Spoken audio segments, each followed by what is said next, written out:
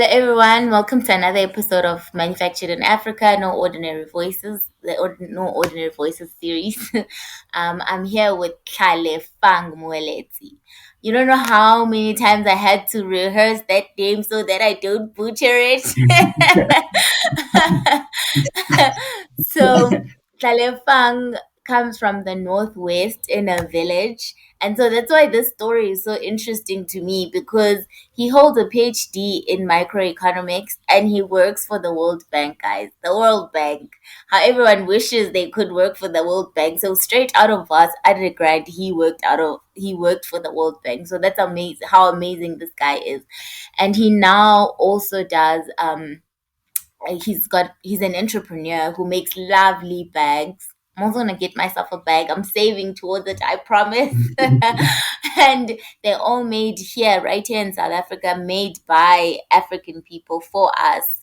And if you recall, 2 weeks ago, one of the people I interviewed, when I asked them what the African brand was, they said it's Africans doing whatever for Africans, and but it's like by Africans for Africans basically. So that's why I'm so excited about this episode. Now I'm gonna stop rambling and I'm gonna allow Thlalefang to introduce himself and we get into the episode. Welcome, Thlalefang.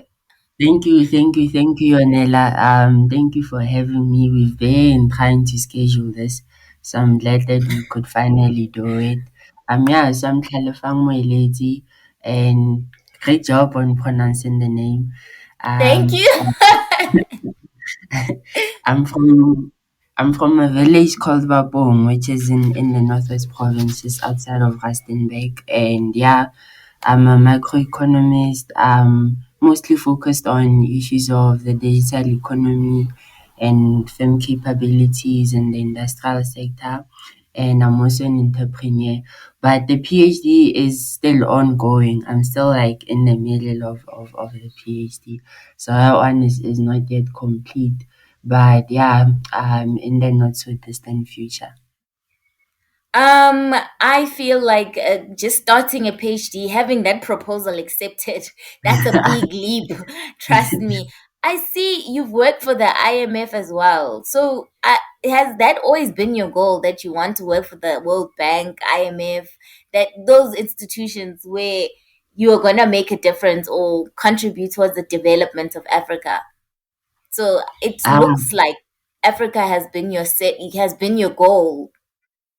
yeah, no, definitely. Just from the onset, Africa was where I wanted to focus on, where I wanted to create value, where I wanted to contribute, because I think there's we're a low income continent with so many struggles and challenges, Mm, but there's just so much potential, not just from the natural definitely. resources that we have, but also the raw talent, and most recently, the youth bulge that we have, where such a large part of Africa's population is young people. So I've always just had a passion for, wanting to play my part in the story of how Africa develops a new narrative. But yeah, so the goal was that positive socio-economic impact in the African continent. And then these organizations, I suppose, just happen to be you know, part of the path. They weren't always, yeah, they weren't always part of the dream, part of the plan, Mm, but things just so happened in a way that, they became part of a path. When I was coming out of university and starting to work, it made sense to go at the IMF, when I got an opportunity to go write a paper with them. And then after that, when I got an opportunity to work with the World Bank, it made sense and the projects were interesting. mm, Yeah, and World Bank in particular has been great because so I've been there for 3 years as a consultant, just having multiple continuous, sometimes concurrent contracts on different projects. So a lot of them mm-hmm. on Africa, a lot of them on South Africa, but most recently, some of them have also been on countries in the Middle East, And then that's also great because like you just get this broad perspective of how everything works. Yes, an exposure. I like what you said Mhm. at I like everything you said about how Africa has so much talent and has so much potential. That is true. And I think a lot of us actually need that wake up call to remember to plow back into our communities, to plow back and use our talents. And I can totally agree that you see the talent that Africa has to offer. Your bags. Mebala bags are amazing. I hope people go look on your website, your Instagram page, your Facebook page, everywhere. It's Mebala, Mebala, as in colors. Imibala ngesixhosa.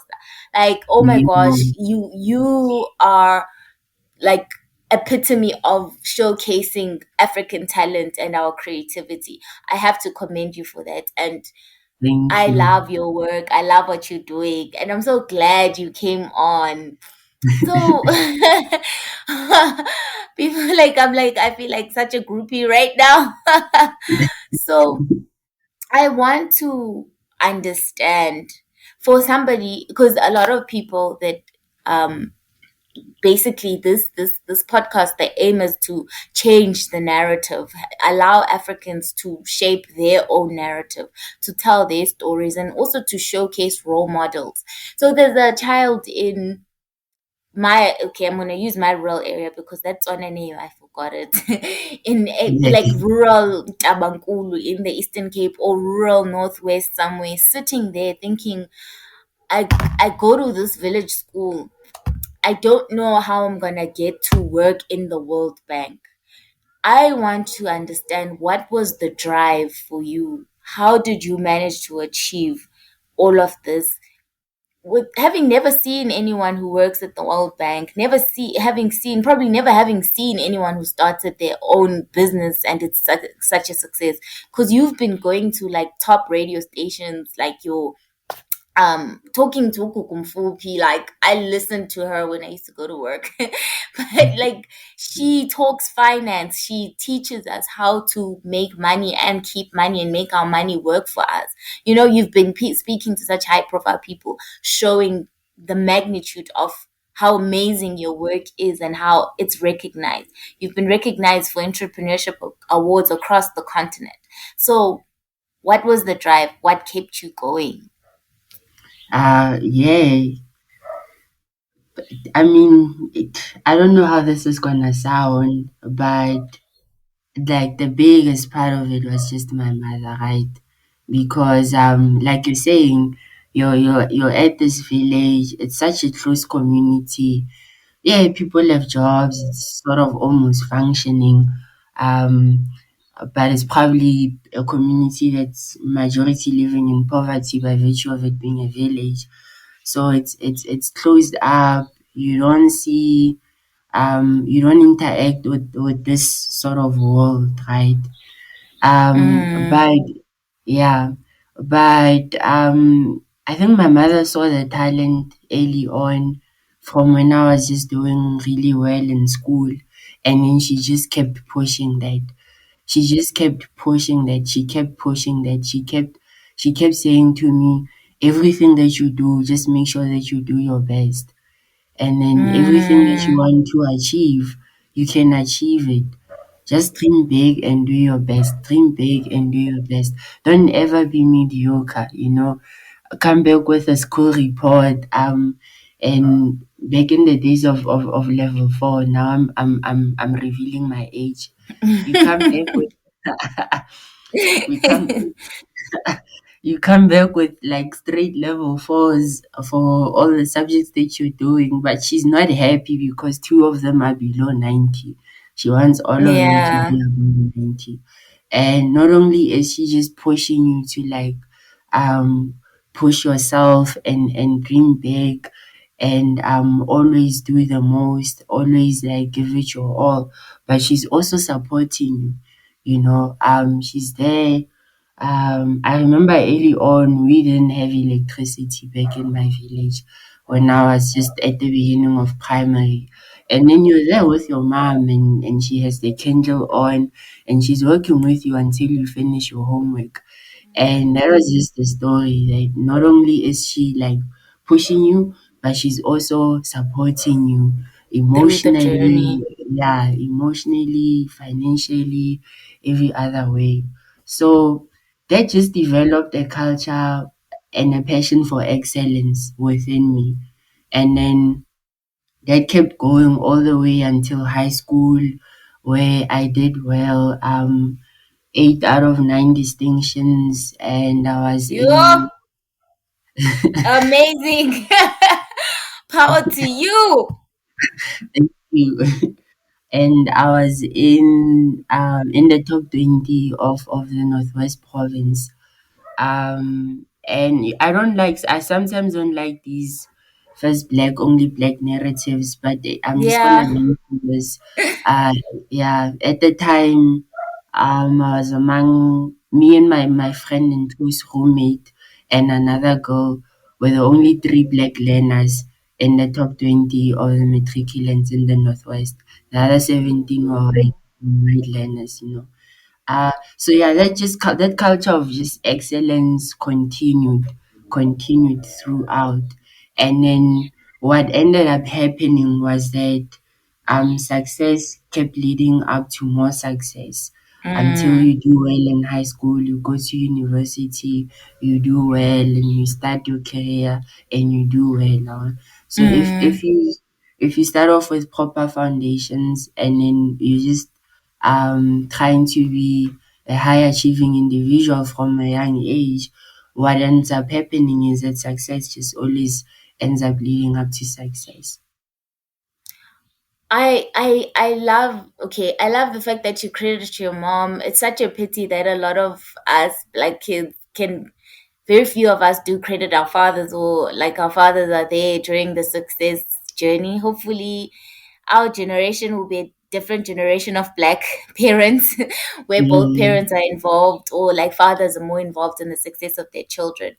But I also like the fact that you brought to the fore the importance of a responsible adult that encourages a child, whether it's your teacher, whether it's your mom, that's there to emotionally support you and physically be there through the process.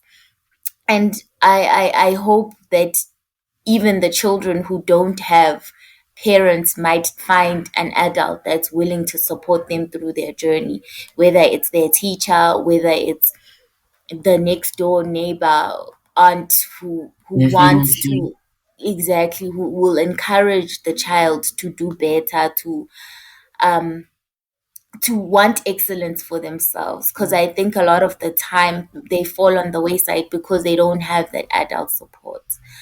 I'm definitely. really, I'm really grateful that you brought that to the core, and that you build on your success. You must just have a mind of excellence. Your mindset Mhm. should be that of excellence. But let Absolutely. yes, let me go on to the next question. I know this one is a bit tricky. But I think you have it under control. All So, right. like in your journey, did you not suffer any complexities? You know, on the first day you get to Wits, you're like, oh, these big buildings. And then now, Wits is a bit different because there's so many other students like you coming from different backgrounds. So the culture shock is there, but it's not as massive as when you go to the IMF building in Sandton or the World Bank, where people are wearing power suits. Um, Everybody's just rushing to their job. And there are lots of people that don't look like you in terms of skin color. So, did you not suffer from any complexities? And yeah, how did you deal with them? Like, how I did mean, you deal? they were there. I'm not gonna lie. They were there. I think first year was a struggle for me, as it is for a lot of black students, particularly Yeah. if you're coming from a village, coming from a township, and now you are in the middle of Joburg in Braamfontein. And then there's also, the issue of the jump, because there's Mm-hmm. such a disconnect between the quality of um, our basic education and our higher education system. So Yes. For instance, if you look at all of the matrices and all of the rankings of how our of the quality of our high school education, whether it's Pearls, whether it's Tim's, whether it's SACMEC, you see that we're falling behind, not just behind global peers, but even behind regional peers. So we're falling behind Kenya, we're falling behind sometimes Eswatini and so on and so forth. But then when you go to our higher education system, you see that we have several universities that are like top ranking in terms of global, Mm, in terms of the quality of the education, what the alumni achieve, the quality of the publications, and so on. So there's yes. that disconnect, and I think it's one of the bigger challenges that we have, particularly in South Africa, when we're Mm-hmm. thinking about how we're going to like transition into higher growth and develop the next generation of talent and so on. We have to address that disconnect between the quality of the two education systems. So Yes. that disconnect is a big part of why a lot of learners are gonna struggle. And then there's Mm-hmm. also the cultural shock, there's the complexities, there's the insecurities. I mean, all Mm. you've been speaking English fine your whole life, but now you're wondering if you can actually speak English. That is so true. Like, can I Because actually speak this language? Yeah. yeah, because you're there with kids who went to Michael House, who went to St. Stithians, and their English is like a twang, and you're like, ayo, ayo. Yeah. So then, first year was a struggle. It really was, and I don't think we also really knew how to study. I don't think we Mm, asked for help enough because you're scared to ask questions during the lecture. You're scared to go and consult. You're scared to talk to the top students. Maybe some of them would actually be willing to give you a helping hand. So mm, there was a big struggle, and in second year was a little bit better because now at least now you're used to the space, and now you know that okay, I don't have the twang from St. Anne's, but people do understand what I'm trying to say. and that's what mattered. That's what Yes, matters. And I think yes, you're very right. We should instill it in ourselves that you don't have to have the twang. As long as you can speak English. One of my friends that I had on the podcast, Unglu, he said that he had a colleague that was so good at his job in the marketing and media space, and he would just speak his Zulu because he couldn't communicate in English, or his English communication was limited. And so, but because he was so good at his job, he knew he could get away with that. And I think workspaces should allow, or even universities, there should be free spaces where people can come and engage in the language of their choice, not feel pressured to speak English and have a twang. Yo, I am bits of the struggle. Shame and wanna lie. Yay! no, definitely, and the Yeah. African community gives us a very good example of how to do that properly, right? Mm. Yeah, but yeah, definitely, I agree with that. Um, Sorry, I so took you off track. yeah. So then second year, third year gets a little bit better, but then by post grad, now you're fine. And then I actually excelled in post grad, particularly in my honors. But undergrad was really not a smooth ride. So there was a struggle of having to jump between those two worlds, high Yes. school, into university and the city life and all of that. But university into work was a little bit better because at least at that point you're used to like being around a space with white people, like Mm, you used to being in a space with not that I'm saying like white people, but just like people are you different from you. It's yeah, always a struggle exactly. to gel. Yes, I Exactly. understand. Exactly. That's what I mean. Yeah, and then also being in a space of just intellectuals all over, very bright and sharp minds. So Mm. coming out of university, you're sort of already used to that. So the jump into work was a little bit smoother, I must say. Okay. So you didn't have the I don't belong here. Like you had just decided I will occupy spaces where no one looks like me or I don't feel comfortable. It's fine. I'll sit with the discomfort. I'll accept it. It's only going to be here for a while, but I'll fit in here. It's a must. When I was transitioning into work, Yes. oh, I think by that point, I had gotten some good wins in university, particularly third Okay. year onwards. Like for instance, in undergrad, I won the NetBank, mutual budget speech competition, which is Oh, which is a national competition that's open to university students all over the country. You write this essay on economic policy and so on. And then in postgrad, I was second runners up in the competition. And then in honors, I got a distinction for my honors degree. So those are some of the wins that I got, and then that just gave me confidence transitioning into work, cause I was like, makes sense. I got this economics thing, like I have Yeah. numbers. And And I've worked for it. yeah, You exactly, know, like exactly.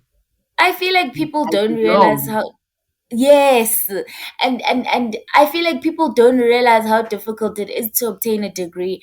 Other people do a 4 year degree in 8 years, and we judge them for that. But the skills, the resilience, first of all, having to come back every year, your peers are graduating, your peers have moved on to the next year, your peers are 3 years ahead, your peers are driving BMWs, and you are just still trying to get that degree. And I'm really like I'm grateful that your win started that much earlier on, where you were able to put yourself out there and win the Nedbank competition, do the things that needed to do that will boost your CV. And I think it's an important thing that you highlighted, that it's important to work towards flowering or coloring or decorating your CV, because at the end of the day, that's what employers are looking for. That's the only way you can communicate with them if they're not in front of you. No, definitely. And just that's a very good point. And just to add on it, there's more than one way of decorating your CV, right? And some people will behave you on their academics, dean list every year, um, golden key every year, and all of those things. But there's other ways, you can do entrepreneurship competitions, you can do innovation competitions in your field, you can do this NGO that does these amazing things. Just make sure that whatever you're doing, you can get external validation for it so that you can put it on your CV as a legitimate thing and pimp up your CV. Because even if you have your 50s, I'm not saying like be mediocre and just say 50s, but I'm saying if it just so happens that your transcript is mostly 50s, there's more than one way of showcasing your capabilities. Just get external validation so that it's legitimate. I'm so grateful that you said that, because you know what, no one teaches us these things while we're still at school. Because I never entered any competition, I never did anything. My focus was to just get out of it. I was like, I'm just here to bag this degree. I'll figure out the rest later. And then in my journey, I realized after, when I was in fourth year, that no, man, this CV is very it's very light. But at least I understood. at the time that, you know what, I need to work towards it. So then that's why I ended up doing a master's. Because people always wonder why I went up to do a master's up to in engineering and never worked in engineering. But also just that level of other people are more prepared and they do more research and they basically know from the beginning that, oh no, I want to go into management consulting. Who knows what management consulting is? I didn't even know what an economics degree, like if you have an economics degree, what you do. I just thought you'd be an economic analyst and you'll be on TV. But what economists do for me, I didn't know that. Because I remember when I was looking for careers to do, one of my cousins was like, maybe you should do economics. But I was like, what is that? How do I even, like, you know? But yeah, let me then now move on to my favorite part, which is Mebala. Let's talk Yeah, Mebala, yeah, yeah. colors, That's my Mebala, Kira. I'm so favorite. excited. You're just as excited as me. Like, Yes, yes. guys, how do you grow brands? Like what did you do? Like, I read the story when it began that you were looking for, you were with your friends or something, like you were a group of young people looking for like flashy African centered type of bags. But I can't remember the story clearly because I read it on your page 2 years ago when you started the brand, when I followed that Instagram page. So you tell us the story. Tell the other people who've never caught sight of the story. Thank you, thank you, thank you very much. Yeah, like I just grow up whenever I have to talk about Mebala, because it's just a culmination of all of my passions. So um, when I was in university, or when I was going into university, one of the things that became clear, and again also drawing inspiration from my mother, because she was also an entrepreneur, was that um, um, I actually want to be an entrepreneur, and I actually wanna like do this thing of having this baby that you're trying to grow and trying to Mm, generate income from and trying to create jobs through, and you're having this problem that you're trying to solve. So I've yes. always known that I'd want to do that, which is why also economics made sense as a career. And then that because also when I was in high school, I was doing sort of the science, the engineering path subjects, right? So I was doing engineering, graphics and design, mechanical technology, physics, and all the rest of it. Because also Mm-hmm. at the time there was a flirtation with engineering, and that just came from a passion of problem solving, a passion for designing products, Yes. creating products. But then, yeah, the decision was economics. And then, okay, so I know at the back of my mind, when I'm in university, that at some point I will venture into entrepreneurship. But I don't think for a second that it's gonna be fashion. Okay, fine. People tell me I'm stylish. People say they enjoy how I dress, this and that, this and that. But I'm just like, Yeah. you gotta look good. Ain't no biggie, ain't no biggie. So I'm not thinking of it in that light. I'm just like, no, you Yes. have to dress well. And then I'm looking for accessories. I start working, and then I just develop this passion for bags, and then I just start buying a lot of secondhand vintage leather bags in town. But then I also get this idea of a particular bag that I want, and it had to be an African print, and it had to use leather trimmings and leather accents. And then even though there's such a proliferation and saturation of leather brands in South Africa, I couldn't find a brand that gave me what I wanted, or that gave me a platform to like some way access what I wanted. So I'm in Joburg, being my usual resourceful self. I go downtown and then I just get materials to make this bag. And then I give the materials to a gentleman who was um who was fixing shoes in Braamfontein. And I mean, I'm like, you know how to sew, you fix shoes, you make shoes, sometimes you do make leather bags. So can you make Mm, this bag for me? And then he makes it and it comes out beautifully. And then I just enjoyed that process, design, watching the design come to life. But the biggest mm, realization in that moment was that um, even though there's so many leather brands, there wasn't a brand that gave you affordable access to custom made designs. So we decided that, okay, let's try and fill this gap. Let's try and build this brand that would be centered on a rapid mass customization business model, and they would try to yes. like just give people custom made designs. So that's how Mebala was started. And then in the beginning, because of this initial design that we did, in the beginning a lot of what we did was using African print, and then we went on to incorporate leather more and more. But yeah, that's how we started. Yeah, and then we just became this brand that was offering custom made designs for people. And then along the way, we've had our own collections as well, our own designs as well that sell really, really, really well. So yeah, so our offering is twofold. It's the designs that we have, and then it's the custom made designs that we make for people. That is amazing. Actually, did you start the business with friends? How many of you actually own the business? And like, I think I don't know if I'm going to move on to the next question, but marketing is such a big deal. Like, we don't realize building a brand is you can have the right It's product. difficult. Sorry? It's difficult. Yes. Yes, Yeah, building a brand. yes, so So, difficult. how did you guys manage that? Okay, well, my first question is, did you you started the business with your friends? Yes I, or sta- no?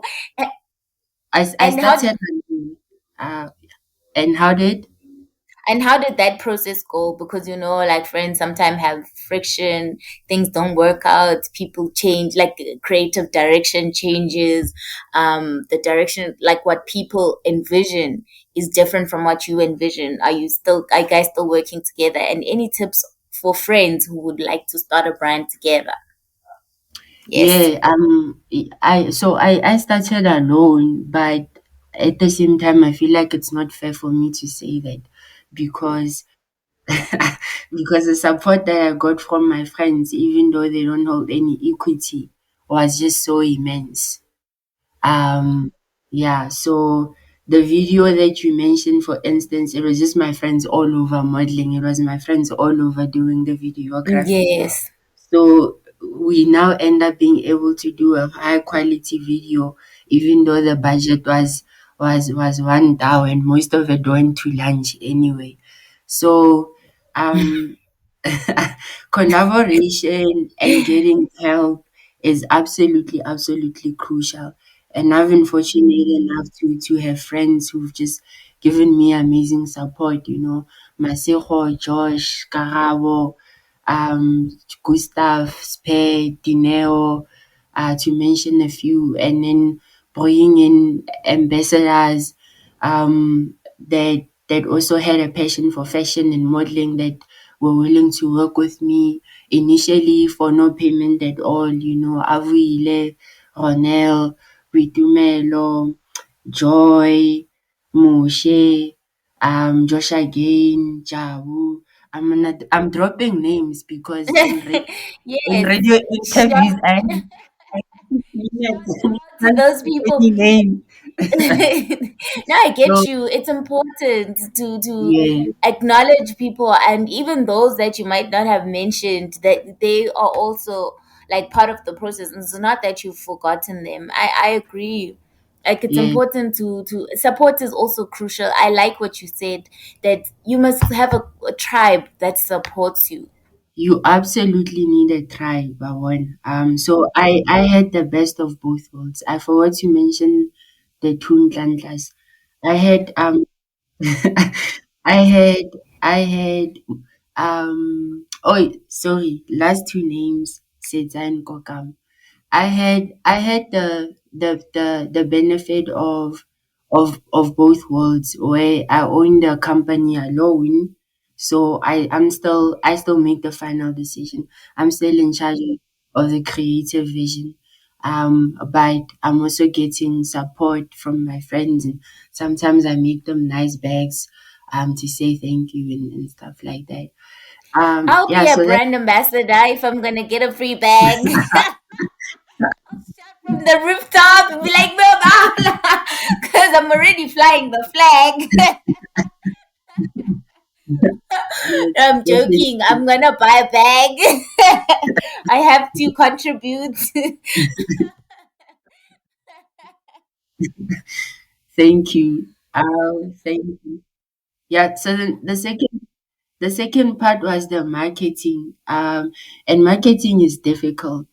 And so what we're trying to do is really difficult because we're playing at all the different parts of the value chain.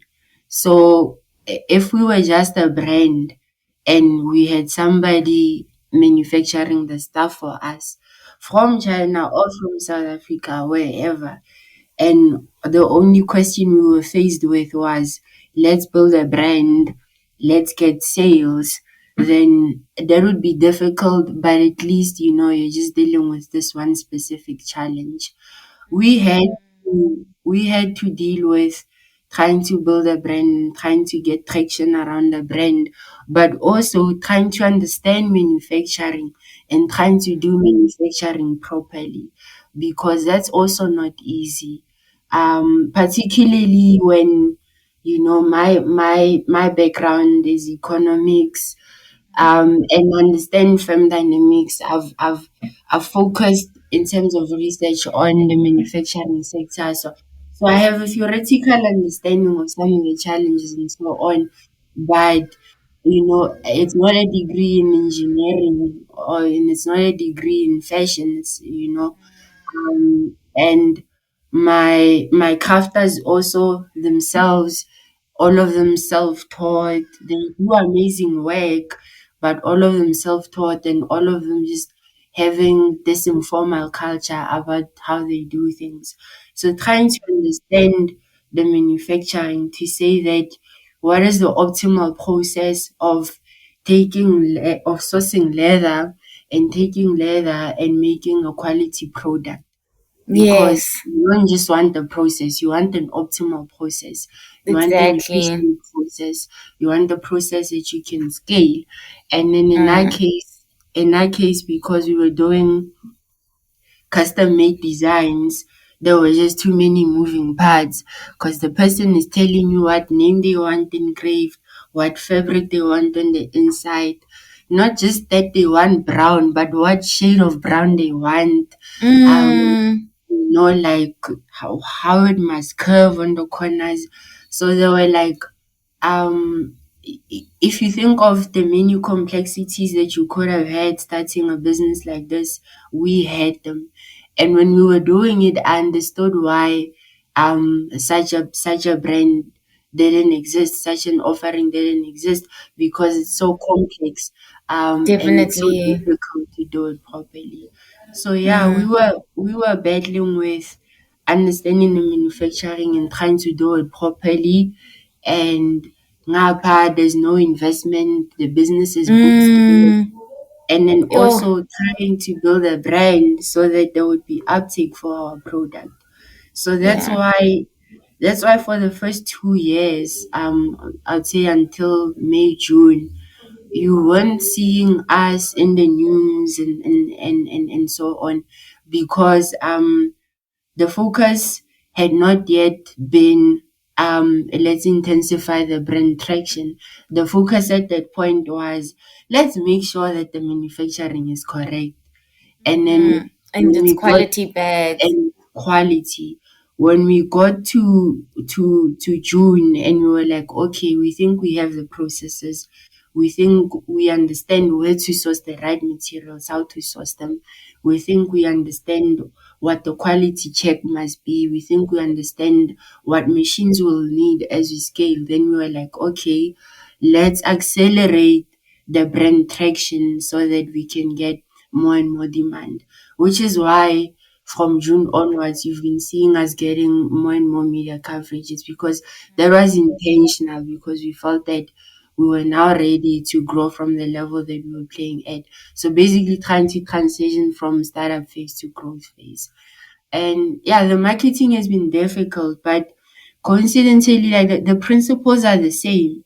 So the Mm, principles that I used in my career before I jumped and went into entrepreneurship were the same principles I've been using in entrepreneurship. It's just about, so now it's not about so now it's not about pimping my CV and branding myself. Now it's about pimping the profile of the brand, you know. mm, And then pimping the profile of the brand is the same thing as pimping the my CV. All you have to do is secure wins, secure the right yes, wins, get external validation, and make noise about your wins. So definitely. yeah, that's been the process. So for instance, being part of the design in Dawa in 2020, that's a win that helps to brand the business. Doing innovative products, and making noise about them, entering different competitions, and whether you get shortlisted or you win and you make noise about them, you know. So now you're just like you're securing wins and strengthening Mm, your brand profile. And then what's key now also in building a brand is just making sure that as best as you can, you leave every client with a positive experience, a quality product, so that you have retention, you have a word of mouth, and then you just have this tribe of clients that keeps growing mm, and keeps growing and keeps growing. And so it's actually very simple in terms of this is how you build a brand, this is how you do proper marketing. You secure wins and you make noise about them. But the difficult part is securing those wins. yes, I get you. And you know what I'm learning from you, because I'm a failed entrepreneur. But I keep trying. I rise and I try. I see that that doesn't work. What I've learned from you, which I think is very profound, is you need to perfect the process. Do the research, put in the work, do the quality, the product development, make sure you got the quality checks in place, do the research, make sure once you have that quality product, you make as many wins as you possibly can so that you can shout from the rooftop about it. And I think that is very key. That is very important with brand building, because you need to start from zero and shoot up straight to hero. So those competitions in between, those clients that you're getting that are excited about your product. I've never seen a Mebala bag, but what I see on Instagram attracts me every day. I'm always like, okay, let's try and secure that bag, girl. Let's try, let's try. And that's what I'm working towards. But Yeah, lastly, because I think we're gonna run out of time, and I'm like, I'm gonna have you again. I hope it will be in person this time around. We can yes, coordinate.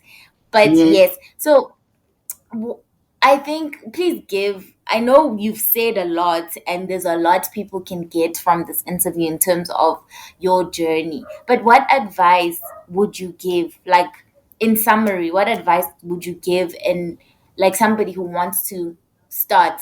I know you're gonna say just start,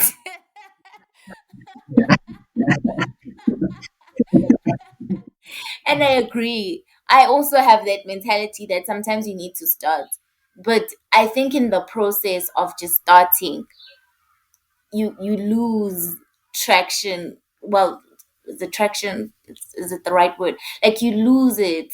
I remember when I started the podcast, I started it and I was excited about it, and then after a while I felt like it's not doing what I wanted to do, it's not doing enough. But then I picked it up.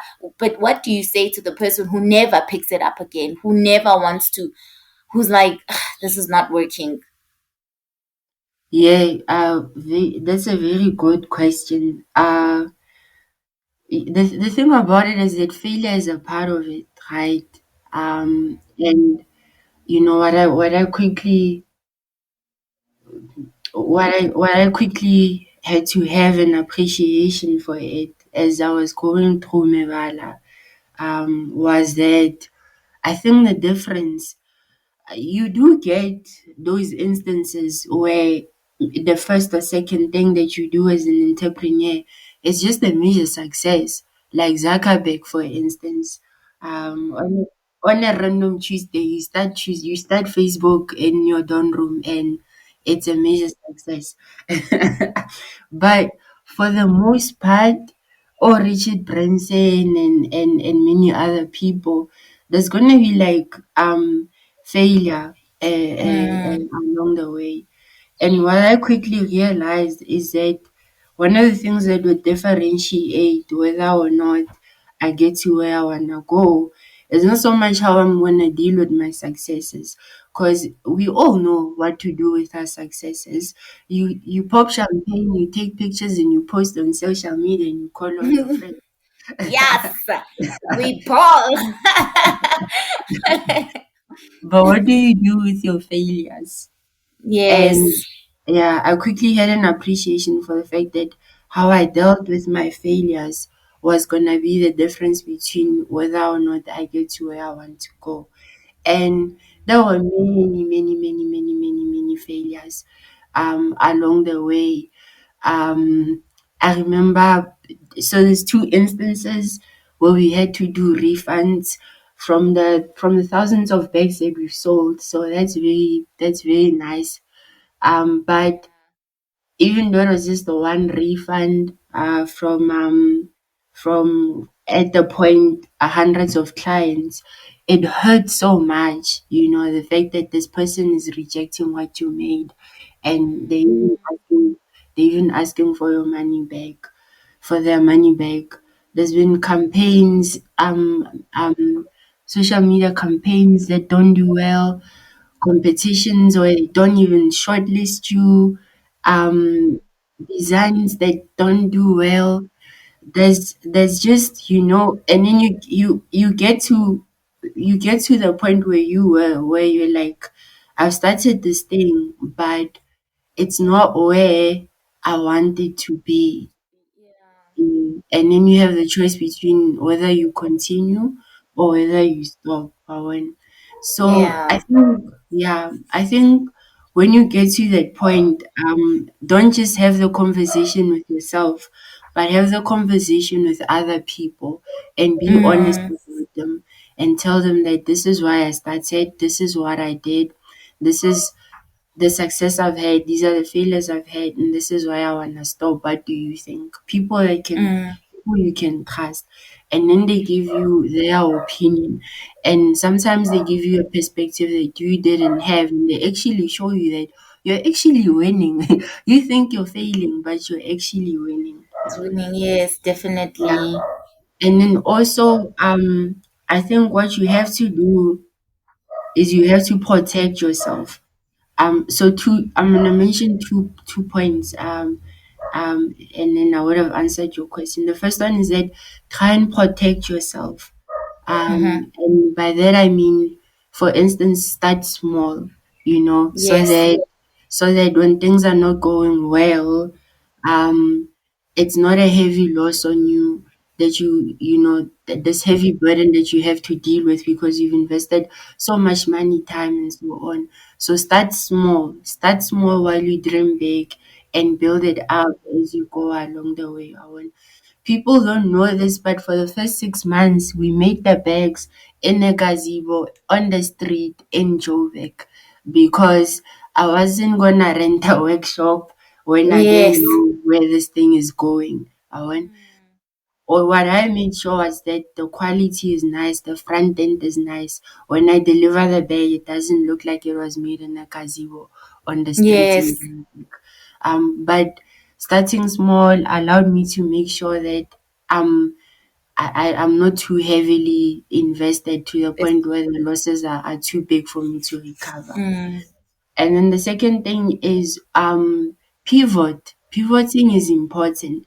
So sometimes when you're failing, it's not that everything you're doing is completely wrong. Sometimes tweak the formula, change the format, change the focus, change the direction, just tweak it a little. You might find that sometimes just pivoting a little makes a big difference. Definitely, definitely. Yeah, so start small and pivot. Thank you so much for that, Thlalefang. Yo. Yes. I think it's very important you bring two core points that you must like. It's important to see where something is going. The thing is, sometimes we want to dream big, we want to see ourselves become Beyonce, but she also started small, so we also need to start small. And sometimes she wasn't Destiny's Child, and then she saw that, okay, maybe this is not working for me, a solo career might work. And I think it's you that's very important to always remember. I'm surprised I didn't think of this. Gosh. So I've got two extra minutes, and I've got two questions for you. What makes you proudly African, and what do you think, or what do you deem to be the African brand? 2 minutes. Okay, what makes me proudly African is how I treat other people. It's Ubuntu, you know. Mm, The spirit of Ubuntu Boto is just like it's so engraved in our DNA as Africans. yes. Um, I was reading on Twitter this girl from Mauritius, a slave from Mauritius who came to study in South Africa, was saying that one of her cultural shocks was how everyone was just greeting her, and she thought, "Am I a celebrity of some sort? Or do people mistake me for a celebrity? Why is everyone greeting me?" But that's just like the African culture. Um, and then what makes a proudly African brand? Oh Um, no, what? Yeah, you can. Yes, that too. I would say uh, not not having limitations, it's Yes. freedom. Yeah, freedom to do it, freedom to do the crazy design, freedom to do the crazy colors, freedom to do the crazy patterns. Like you look at what Matrosa is doing, for instance, what Mahahu is doing, what Richie Mlinzi is doing, for instance. So it's just that freedom to be bold and to showcase our culture. Thank you so much, Thlalefang. There's nothing else I can add to that. Thank you for spending time with me, and I look forward to more conversations. I'm looking forward to us talking about what is RSID technology in wallets, but because you need to educate us. This is stuff we're gonna Yeah. talk about next when we meet. Thank you. Any Okay. closing words? No, just thank you for all of this. Thank you for making the time and telling the story of our brand. We appreciate it. Especially because these major platforms just give you 6 minutes and then you're rushing. You Yeah, can't do shout outs and stuff. So thank you for that's this true. opportunity. We really appreciate it. And now, like we'll be doing lots more work in the coming months. A lot of it is trying to hone in on innovation, like that RFID technology that you mentioned. Mhm. So looking forward to more conversations about that because we believe that innovation is also really important in making the Definitely. brand successful. Yeah. So yeah, thank you for having me.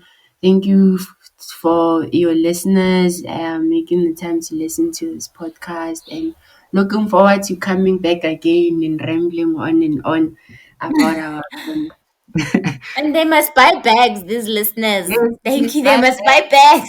the bag www.mebala.co, not .co.za, just .co, but anyway, .co.za also redirects to our website. We ended up having to buy the URL also because people were just using it. All And right. Yeah, and also Instagram and Twitter, Mebala underscore ZA, and then Facebook, Mebala Bags. Thank you. Are you guys gonna make those Kaiser Chiefs bags? I saw you shot your shot. They, Did you they, did they didn't respond. They ghosted us on the emails. We made the bag. We shot our shot on Twitter. We were like, we wanna make this for the squad. They gave us an email to email. We did the proposal. The proposal was looking very nice and slick, and they ghosted us. We followed up. They ghosted us. So, one of the many failures that we've had, but yeah, like we shot our shot and we gave it our best. But we'll continue doing that. I'm telling you, they will want those bags. Watch the space. Bye, Thlalefang. Thank Enjoy your you. day. Thank Thank you, you. Nella. Bye bye. Catch us on Facebook, Instagram, Twitter, and our YouTube channel. It's Manufactured in Africa. Africa, Africa, Africa, Africa, Africa.